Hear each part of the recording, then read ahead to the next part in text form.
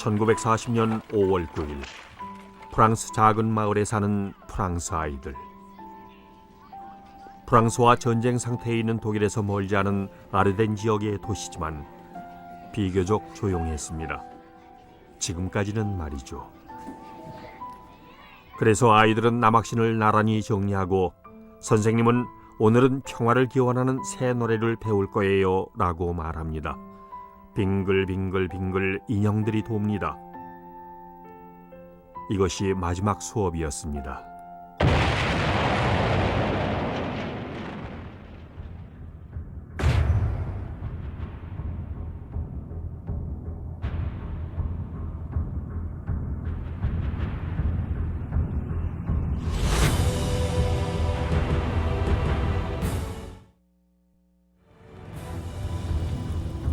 (1940년 5월 10일) 새벽 5시 35분 독일은 공격을 개시했습니다.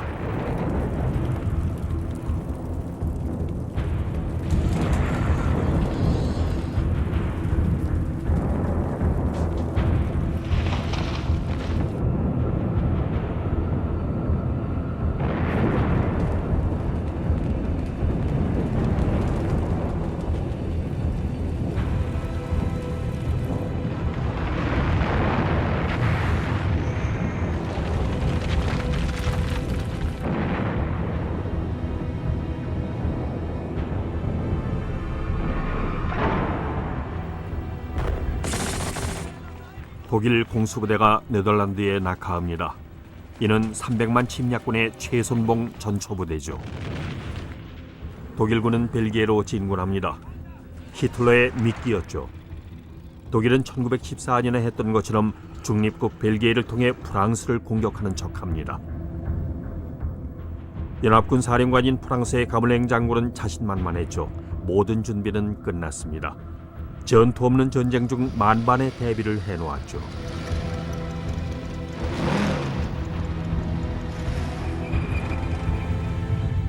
모리스 가물랭 장군은 프랑스군의 최정예 부대인 기동사단들과 영국의 원정군 전체에 벨기에를 향해 진군하도록 명령을 내렸습니다. 이들은 담대한 전투 군인들이며 독일군이 벨기에를 통과하지 못하게 막아줄 것입니다. 그러나 히틀러는 사령부에서 흐뭇해하고 있었습니다. 미끼에 걸려든 것이죠. 그는 기쁨에 겨워 울 것 같다고 외쳤습니다. 히틀러는 공군을 지휘하는 괴링 총사령관에게 프랑스군을 폭격하지 말고 벨기에 영토 깊숙이 진군하게 두라고 합니다. 그리고는 배후에서 공격을 하죠. 진짜 침략군은 아르덴 숲을 통과할 것입니다. 프랑스 최고 사령부는 어떤 탱크도 숲이 우거진 언덕을 통과할 수 없다고 단언했습니다. 하지만 독일의 앞길을 막은 것은 교통 정체뿐이었습니다.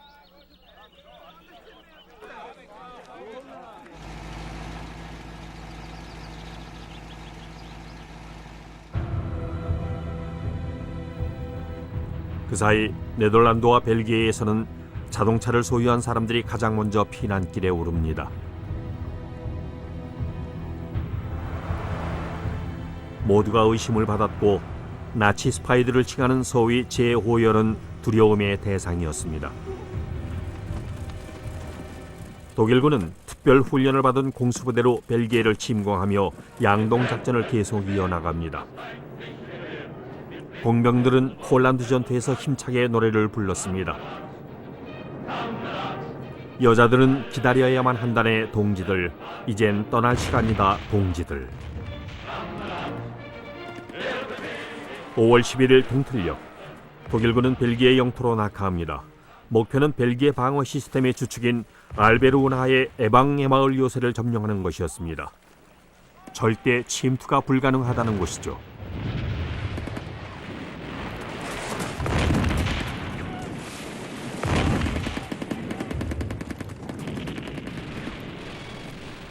두려움을 모르는 한 독일 병사가 폭약을 잔뜩 소지하고 성벽이 탑으로 올라갑니다.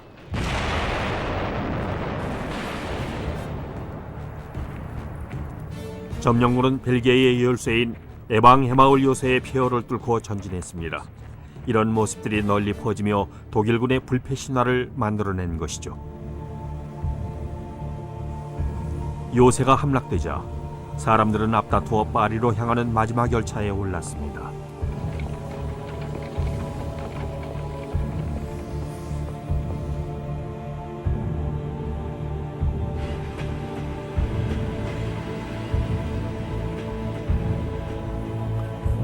프랑스 파리에 적십자사로 인파가 몰렸고 벨기에 피난민들은 남쪽으로 향하는 가축 수송 열차에 태워졌습니다.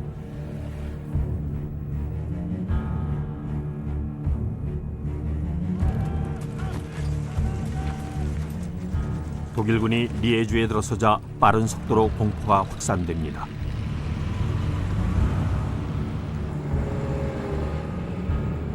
이런 막강한 힘에 대응하는 방법은 두 가지 중 하나입니다. 순순히 복종하거나 달아나거나죠.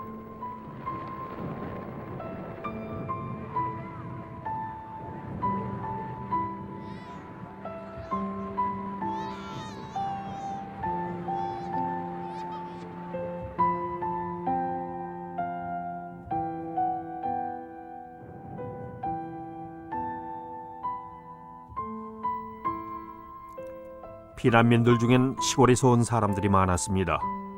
역사적으로 볼 때 농부들은 작물과 가축을 버리고 떠날 수가 없었기 때문에 항상 가장 뒤늦게 피난길에 올랐습니다.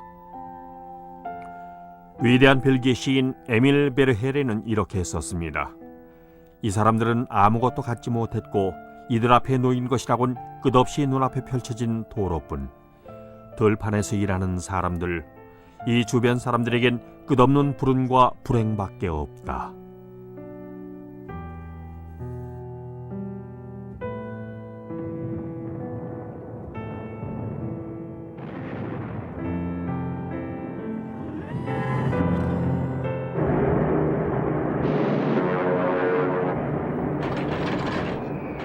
독일은 공중 공격을 개시했고 파괴의 물결은 주요 교차로 비행장들, 정유소들 5일 저장고로 퍼져갑니다.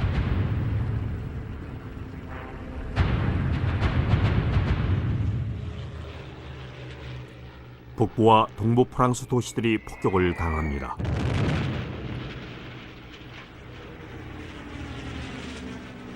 프랑스는 이제 현대전의 현실을 대면하게 된 것입니다.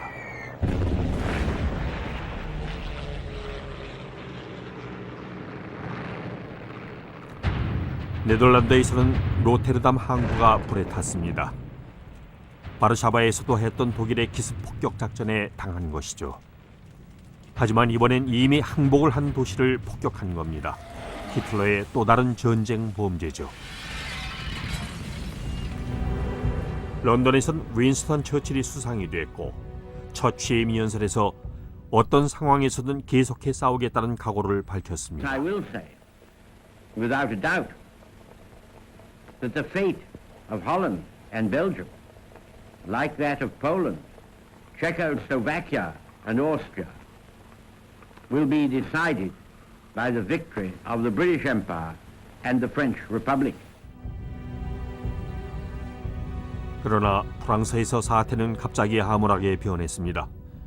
독일군이 아르덴을 휩쓴 후에 뇌즈강에 위치한 프랑스 방어선을 향해 전진한 것입니다. 단 3일 만이었죠.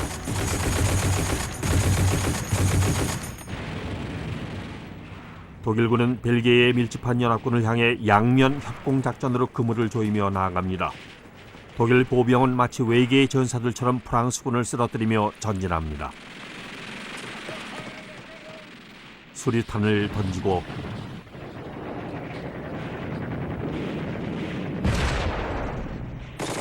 기관총을 쏘아대며 소매를 걷어붙이고 단 하루 만에 도시를 함락시켰죠.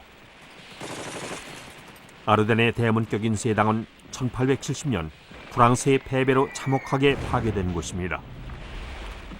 하지만 독일군에게 진짜 장애물은 뇌즈강이었습니다. 5월 13일 밤 독일군은 다리를 만들 철제 비임을 가져왔고 프랑스군이 공격합니다. 하지만 독일군은 프랑스군 포병대를 제압했고 장군의 독려를 받은 공병들은 다리를 완성합니다.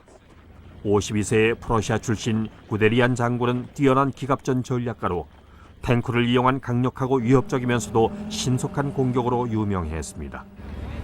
블리츠크리그, 다시 말해서 전격전은 적에게 반응할 시간을 주지 않아야 합니다. 탱크가 앞장서고 보병이 뒤따르고 항공기, 특히 슈투카가 뒤를 받쳐줍니다. 사이렌이 장착된 급강하 폭격기 슈투카를 조종하는 파일럿들은 급강하 시의 막강한 압력을 견디며 마지막 순간 정확하게 폭탄을 투하합니다.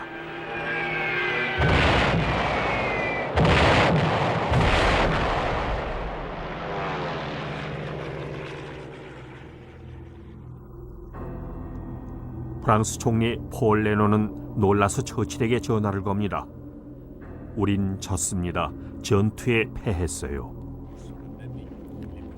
프랑스 장군들 역시 어떻게 대응할지 몰라 당황하고 있었습니다. 연합군은 벨기에에서 발이 묶여 있으니 어떻게 독일군의 진격을 막을 수 있을까요?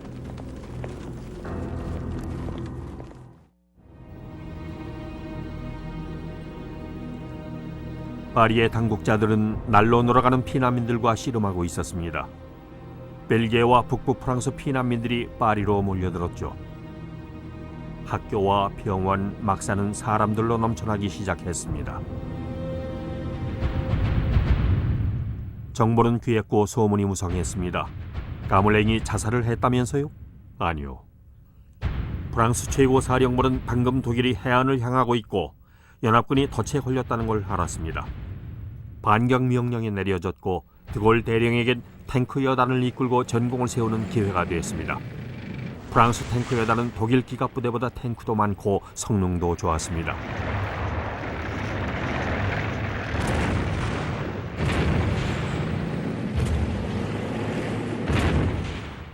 하지만 공군 증원군이나 항공 지원이 없는 프랑스 탱크들은 슈투카의 사냥감이 되었습니다.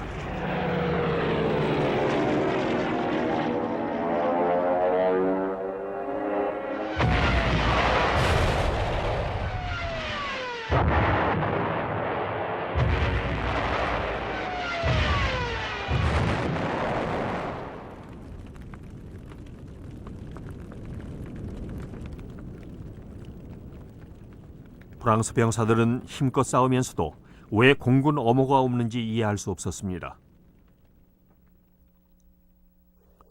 준비도 부족하고 전투기수도 훨씬 적었지만 프랑스 파일럿들은 독일 공군에 대항해 용감하게 싸웠습니다.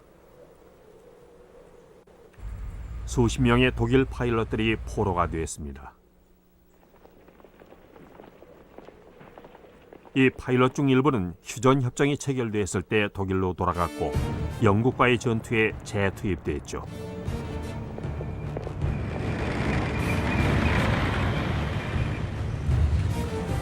독일군의 탱크는 프랑스 북부의 마을과 도시들을 빠르게 통과했습니다.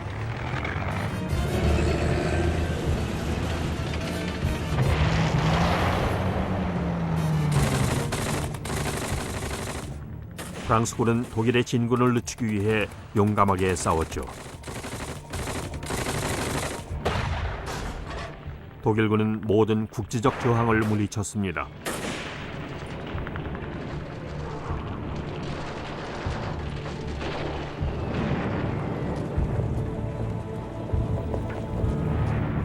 마침내 독일군이 영국 해협에 다다릅니다. 히틀러의 이른바 낫배기 작전은 성공이었습니다.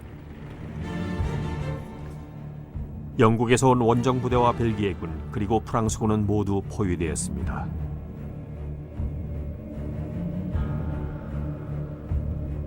벨기에 왕은 군대를 이끌고 항복하고 맙니다. 영국 원정군은 해안 쪽으로 퇴각했고 이로써 연합군은 더 이상 버틸 힘을 잃고 맙니다. 파리에서 프랑스 총리 폴 레노는 가물랭을 해고하고 새로운 구세주를 찾아냅니다. 바로 1918년 연합군의 승리를 이끌어냈던 72세의 베이강 장군입니다.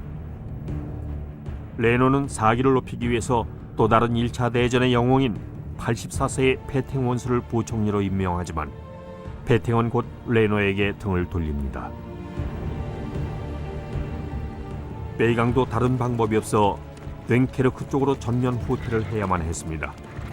히틀러는 그들을 그냥 보내줍니다. 영국의 관대함을 보여주려던 것일까요? 평화협정을 바라는 마음이 일말이라도 남아 있었던 것일까요?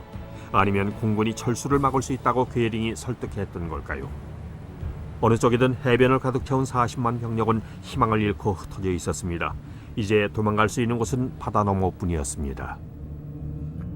처칠은 물에 뜰 수 있는 모든 선박을 동원해 구조를 지시합니다. 됴케르크 외곽에서 프랑스군은 막대한 희생을 치르며 독일군을 저지합니다. 괴링은 공군의 슈투카와 폭격기들을 투입했죠.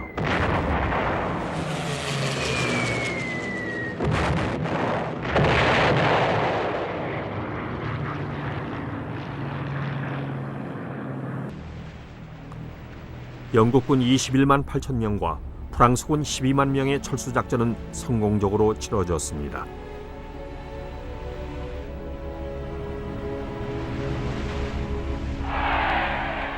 영국군은 구조됐지만 모두 누더기 상태였습니다.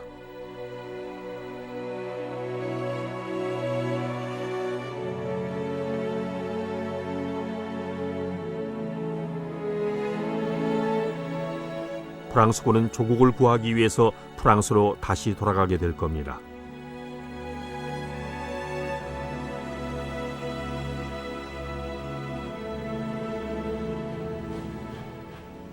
영국군은 재무장센터로 보내졌습니다. 모든 영국 국민이 됴케르크 구조에 갈치를 보냈죠. 하지만 처칠은 흥분을 가라앉힙니다. 그는 분명하게 말합니다. 전쟁은 철수로 이길 수 없는 것입니다. 그렇지만 1940년 6월 초 며칠 사이에 됴케르크 정신이 탄생했습니다. 영국인들은 이제 전쟁의 무자비함과 적국 나치 독일의 파괴력을 실감합니다. 가벼운 마음과 유머는 사라지고 전국의 무장화를 위해서 매진하기 시작했죠. 6월 4일 국내 패배주의자들과도 싸움을 해야 했던 처칠이 입을 열었습니다. 잊을 수 없는 호조였습니다. 우리는 해변에서, 상륙지점에서, 들판에서, 거리에서, 언덕에서 싸울 것입니다. 결코 항복하지 않을 겁니다.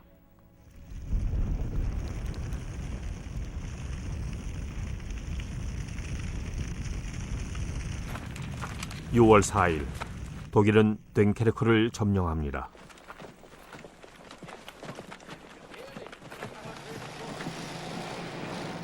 엄청난 전리품이 기다리고 있었고 독일군의 선전부대가 요란하게 촬영을 합니다.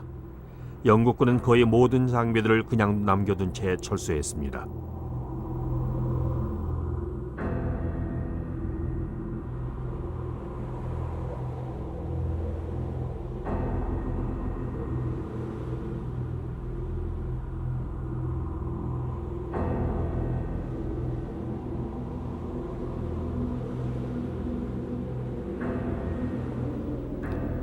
독일군 병사들은 한껏 흥분해 서로 사진을 찍었습니다. 프랑스제 추금기가 모리스 슈발리에의 레코드와 함께 발견되었습니다.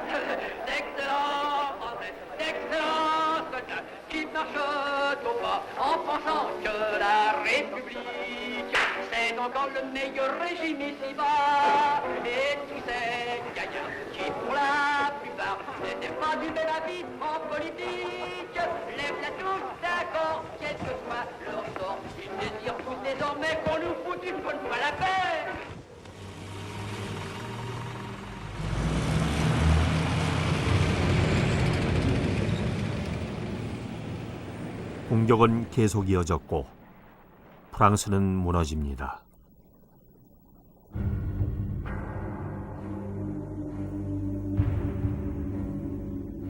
하지만 레노 총리와 당시 국방차관이었던 드골은 전쟁을 계속하기를 바랐습니다.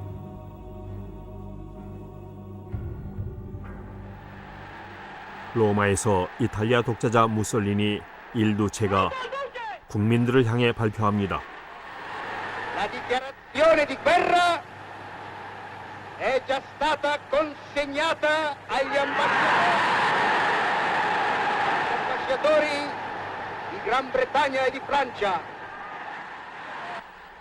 무솔리니는 론 계곡과 마르세유를 비롯해 코르시카와 튀니지의 무장 해제 등을 자기 몫의 전리품으로 얻을 욕심이었습니다. 프랑스는 배신당했다고 했죠. 무솔리니의 공격은 프랑스 산악사단에 막힙니다. 롬멜 장군의 군대가 노르망디로부터 달려와 루앙에 입성하죠.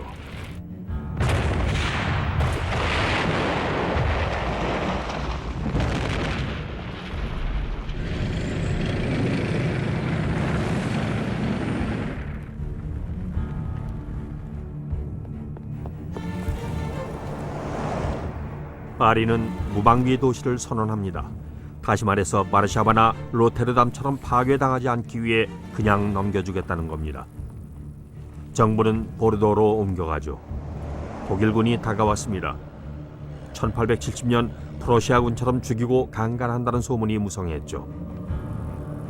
정부로부터 버림받은 파리 시민들은 달아났고 프랑스 전체가 피난길에 올랐습니다. 마치 출애굽기에 비견할 만했습니다. 대탈출.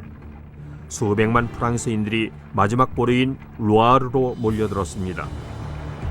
하지만 슈투카에 맞설 만큼 강한 보루는 어디에도 없었죠.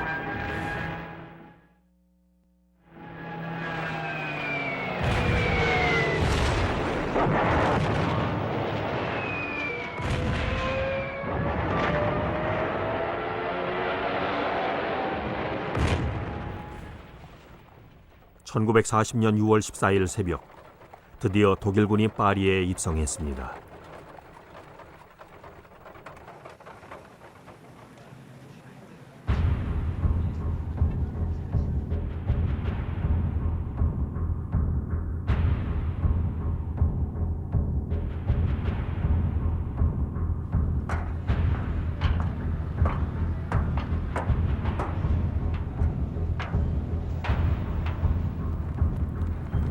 나치의 만자무늬 깃발이 파리 전역에 휘날립니다.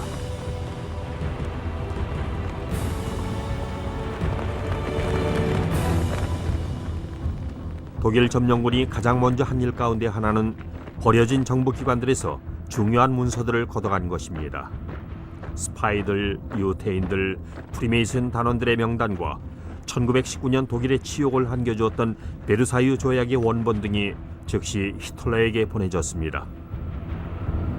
루아르를 건너는 다리들은 폭파됐고 민족 대이동은 중단됐습니다.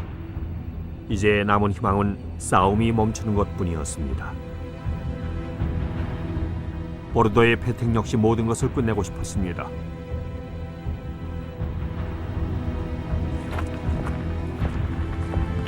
독일은 사정없이 남쪽으로 전진했습니다. 한때는 막강한 군대로 알려졌던 프랑스 육군은 엉망이 됐습니다. 하지만 당시 사람들이 생각했던 것보다 훨씬 잘 싸웠습니다. 한 달 만에 10만 명의 프랑스군이 전사했는데 이는 전쟁 사상 가장 치열했던 1차 대전 때보다도 훨씬 많은 숫자였습니다.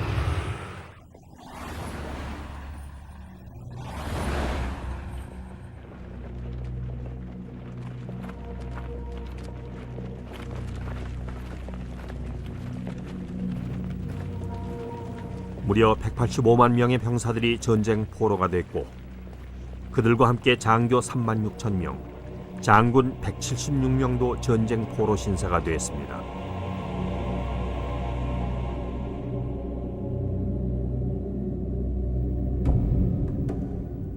포로들 중엔 프랑스 식민지군의 아프리카 병사들도 많았습니다. 독일군 아마추어 영화 제작자가 그들을 찍으며 자기 만족을 느낍니다.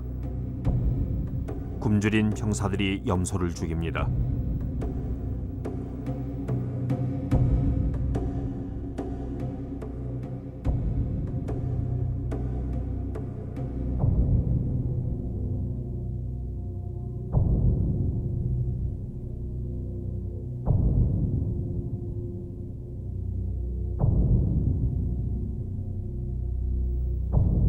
독일 선전 뉴스는 이들의 얼굴을 클로즈업으로 계속해서 보여줍니다. 공식적인 명령은 식민지 출신의 노예들과 함께 전쟁에 나서야만 했던 프랑스군의 타락을 보여주라는 것이었죠. 당시 독일의 해설에 잘 드러나 있습니다.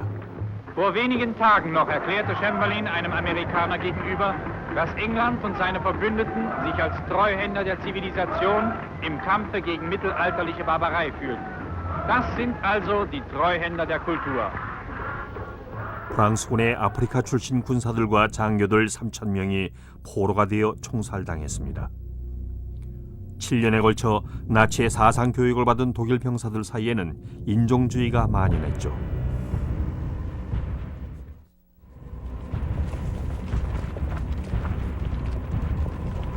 이제 프랑스의 운명을 결정짓는 일이 차례로 일어납니다. 먼저 1940년 6월 16일 레노가 보르도 강요회의 책략에 말려서 전격적으로 사임을 합니다. 그의 후임으로 필리페 페탱이 프랑스 정부의 수장이 됐죠.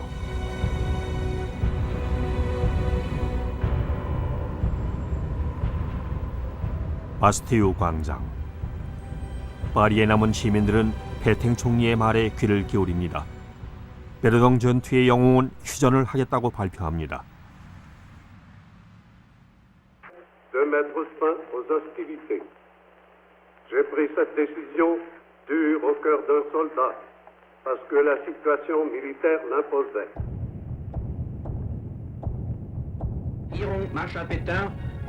독일 라디오는 항복을 선언하는 이 연설을 통역해 방송했습니다. Der Führer will den königlich italienischen Ministerpräsidenten Benito Mussolini zu einer Aussprache treffen, in der die Haltung der beiden Staaten überprüft. 일부 프랑스인들은 BBC 방송을 들었죠. 디골 장군이 런던에 도착했습니다.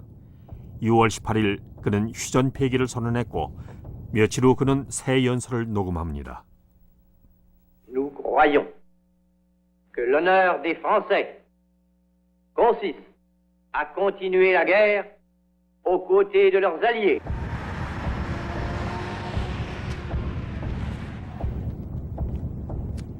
히틀러는 모스크바로부터 축하의 전보를 받습니다.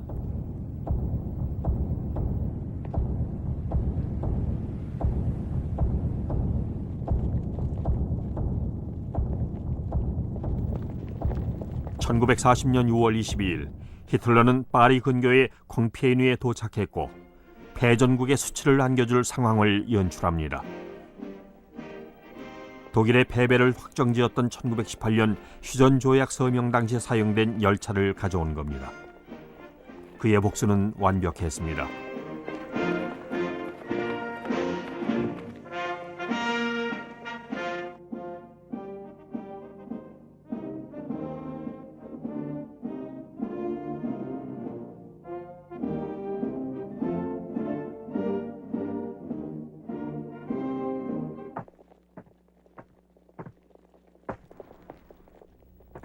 헌징거 장군이 프랑스 사절단을 대표합니다.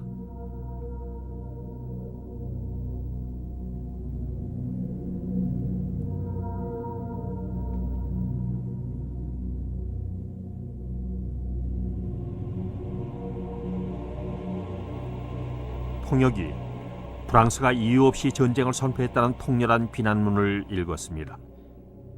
히틀러는 한마디도 하지 않았고 열차에서 내립니다.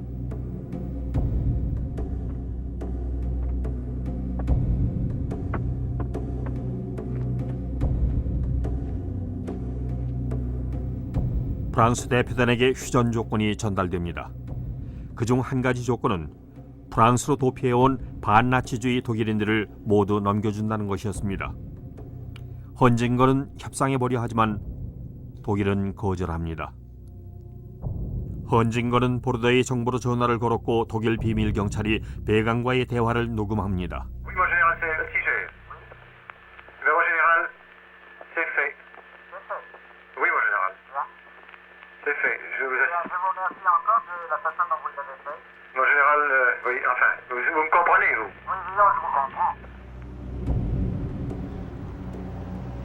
후에 히틀러는 열차를 베를린으로 가져가는데 제국의 운명에 다해갈 무렵 비밀 경찰의 명령에 다이너마이트로 폭파시켰죠.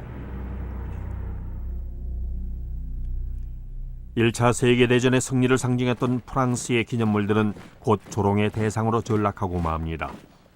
50만 프랑스군이 전사한 베르덩은 20년의 세월이 흐른 후 이런 모습이 되었습니다.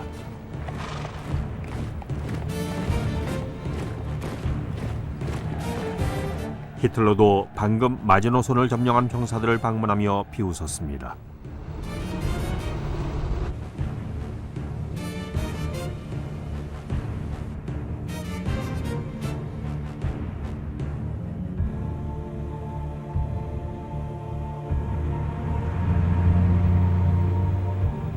스트라스부르에 입성해 성당에 들어설 땐 보다 엄숙했습니다. 알사스와 로렌은 히틀러가 약속했던 대로 다시 독일 영토가 되었습니다.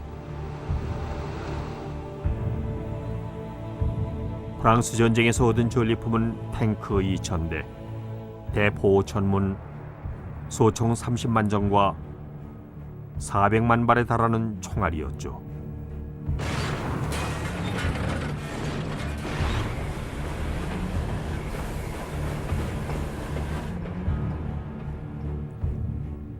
한 육군 보급 창고에서 독일군은 프랑스군에게 지급하려던 내복더미를 찾아냅니다.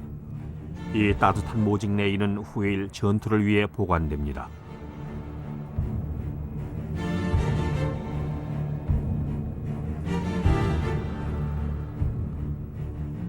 프랑스의 모든 공장, 항구, 그리고 모든 재산 역시 전리품이었죠. 전쟁을 선포한 것은 프랑스였으니 그 대가로 하루에 1억 달러에 해당하는 점령 비용을 부담해야 하는 것은 프랑스였습니다. 헌징거 장군은 휴전 조약의 실행을 담당할 위원회의 첫 회의에 참석하기 위해 독일로 갑니다.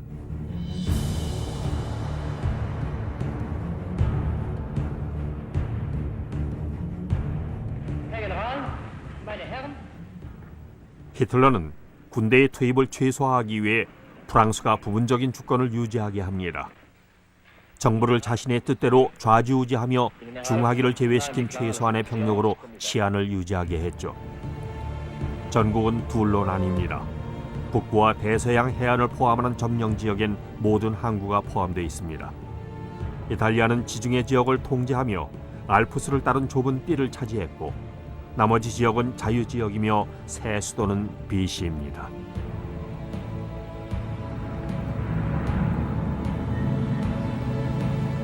이 작은 휴양 도시는 호텔이 많아서 선택된 것입니다. 7월 초 페탱 총리는 정부 부처들과 함께 호텔로 들어왔고 이곳의 분위기는 절망적이었습니다.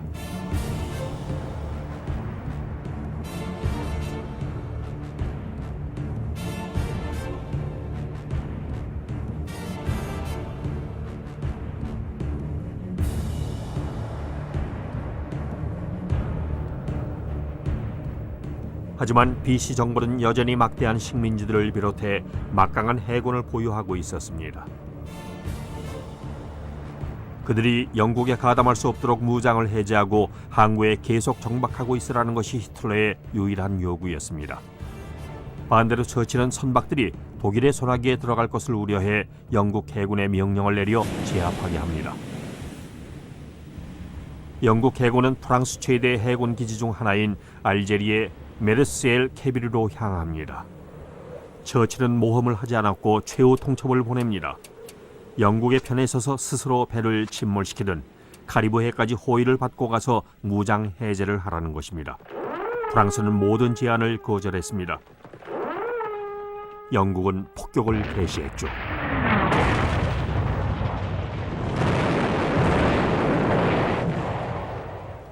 프랑스 전함 두 척이 심하게 부서졌고 브르타뉴호는 침몰했으며 1297명의 프랑스 해군이 전사했습니다. 영국 국민과 전 세계 그리고 다른 누구보다도 미국의 자신의 굳은 결의를 보여주기 위해서 처칠은 독일군의 영국 상륙을 도와줄 수 있는 옛 동맹국의 함대를 공격한 것입니다. 그리고 이틀이 지난 후 BC 정부는 영국과의 외교 단절을 선언합니다.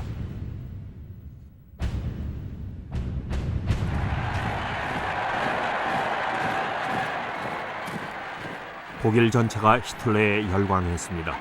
전격적인 프랑스 점령은 장군들의 마음을 사로잡았고 스스로 나폴레옹과 비견할 위대한 전쟁 지도자로 자부하게 되었습니다. 마치 황제처럼 누구도 감히 그의 말에 반박하지 못했습니다.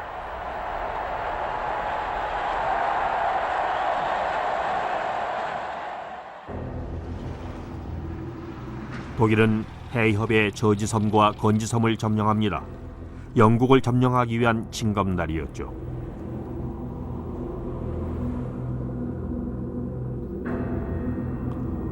영국은 사소해 보이는 부분까지 준비하며 독일의 침공에 대비합니다.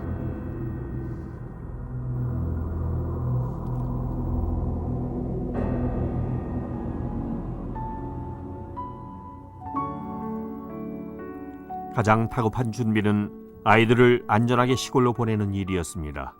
참으로 마음 아픈 이별이었죠.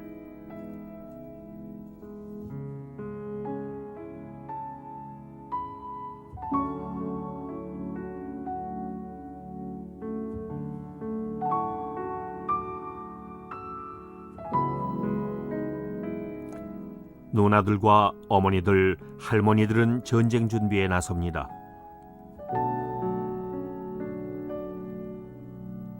여자들도 독일 낙하산 부대로부터 자신의 집을 지켜야만 했죠.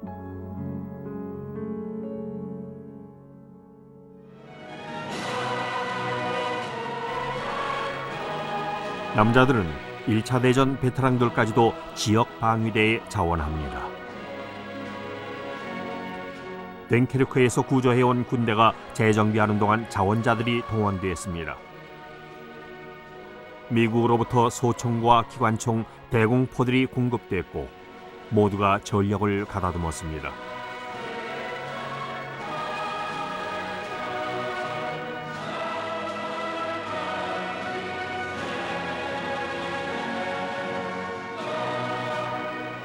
처칠은 영국 국민을 향해 가장 감동적인 연설을 했습니다.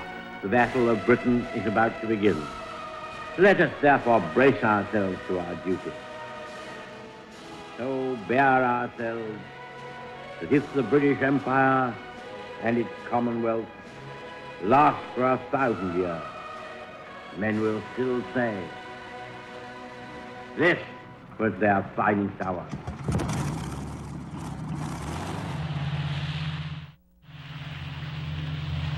처칠의 주요 무기는 영국 공군과 이들이 보유한 뛰어난 항공기였습니다.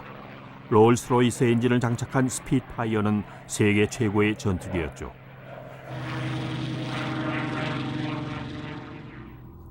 영국은 또한 전자공학 분야에서 앞서 있었으며 처음으로 국토방위에 레이더를 사용하기 시작했습니다. 작전실의 레이더는 항공기를 감지하고 파일럿들에게 적의 위치를 알려주었죠.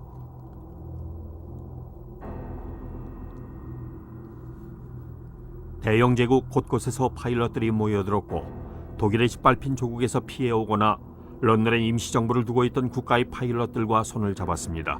폴란드, 네덜란드, 체코슬로바키아였죠. 드골 장군 휘하의 첫 자유 프랑스군도 함께 했습니다.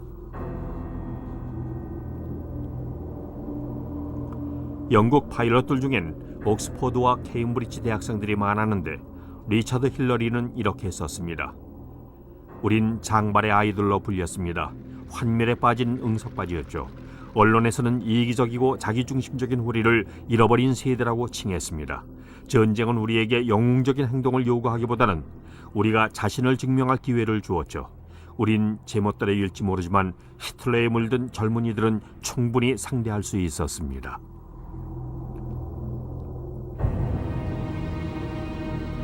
독일 파일럿들은 모두 히틀러의 유겐트 소년단에서 복수를 벼르며 훈련을 받았습니다.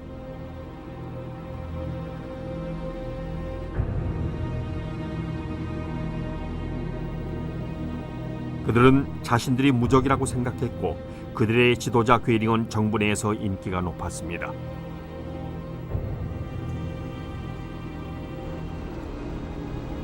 사치를 즐겼던 괴링은 파리의 리츠 호텔에 머무를 때가 많았고 룩셈부르크 궁전을 공군 사령부로 만들었습니다.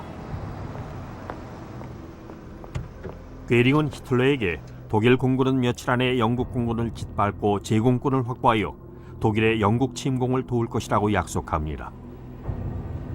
독일 공군은 프랑스의 모든 비행장과 설비, 장비들을 마음대로 쓸 수 있었습니다. 독일 공군은 훈련이 잘 돼 있었죠. 트레이드 마크인 시거를 물고 스페인에서 공화당을 상대로 싸웠던 아돌프 갈란트. 프랑스전의 에이스인 베르너 멜더스도 있었죠. 그는 격추되어 포로가 되었다가 독일로 되돌려 보내진 파일럿 중 한 명으로 이제는 영국에 대한 항공 공격에 나선 것입니다.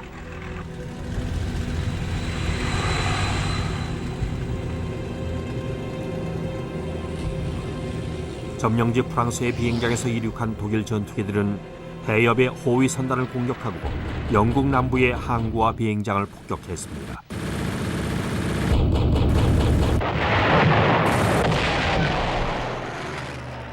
독일은 영국 전투기 500대를 격추시켰지만 독일 전투기 1000대의 희생이 있었습니다. 영국 파일럿들은 모두가 전력을 쏟아부으며 버텨냅니다.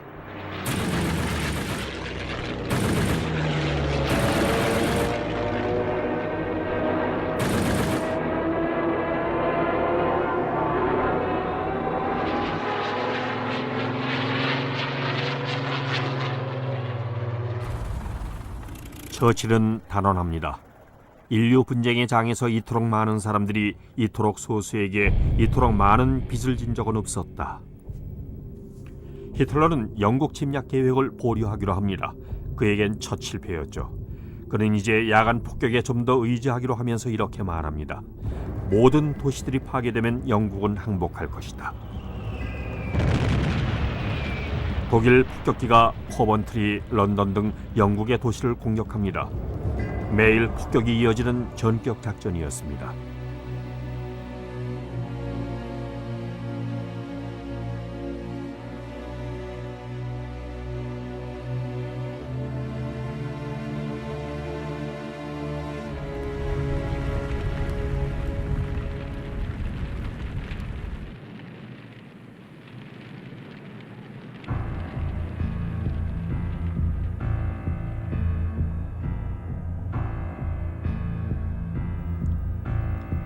영국 사람들은 존경스러울 만큼 잘 버텨냅니다.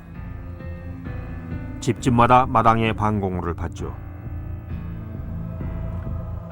런던 시민들은 지하철역에서 잠을 자고 다음 날 아침에 출근했습니다.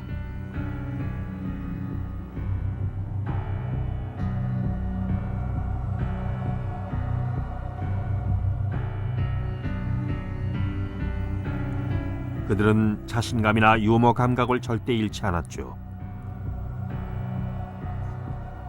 처칠은 프랑스에 말합니다. Ici, dans cette ville de Londres, ce Hitler prétend réduire en cendres. Nos gens tiennent bon.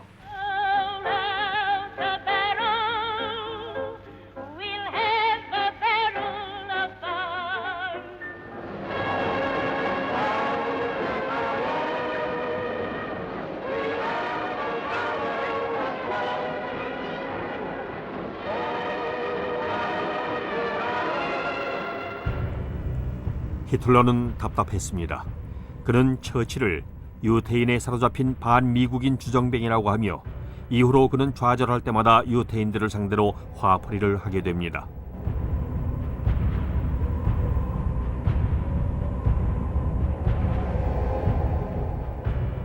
(1940년 10월 12일) 속죄의 날에 바르샤바의 유태인들은 게토가 마련될 거라는 말을 듣습니다. 3m 높이의 벽에 세워져 50만 유태인들을 가두었습니다. 남자, 여자, 아이들, 노인들 모두가 추위와 배고픔, 빈곤으로 끔찍한 고통을 겪게 될 것입니다.